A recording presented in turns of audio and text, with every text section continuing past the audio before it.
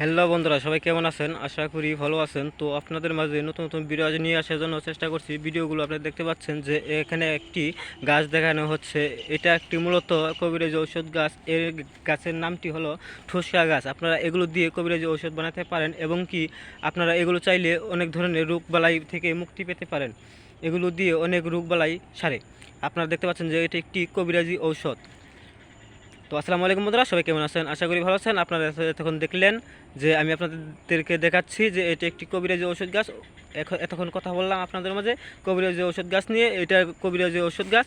এই গাছটির নাম হলো ঠুসকা গাছ। আপনারা দেখতে পাচ্ছেন যে এই ঠুসকা গাছ দিয়ে কত সুন্দরভাবে আপনারা এটাকে কবিরাজি ঔষধভাবে পরিচিত। তো আপনারা চাইলে এই ঠুসকা গাছ দিয়ে অনেক ধরনের ঔষধ বানাতে পারেন এবং কি এটা আপনারা রাস্তাঘাটে পেয়ে যাবেন এবং কি বাড়ির আশপাশেও পেয়ে যাবেন।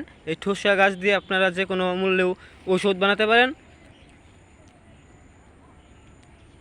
তো বন্ধুরা দেখতে পাচ্ছেন যে ঠুসকা গাছ দিয়ে কিভাবে ঔষধ বানানো হয়। তো আপনারা চাইলে এই ঠুসকা গাছ দিয়ে ঔষধ বানিয়ে অধিক শরীরে সুস্থতা নিয়ে আসতে পারেন। শরীরে সুস্থতা কামনা করি। তো আজকের মতো ভিডিওটা শেষ করছি এখানে। সবাই ভালো থাকবেন। আসসালামু আলাইকুম। সবাই ভালো থাকবেন। ধন্যবাদ সবাইকে। চ্যানেলটি সাবস্ক্রাইব করতে কেউ ভুলবেন না। ধন্যবাদ সবাইকে।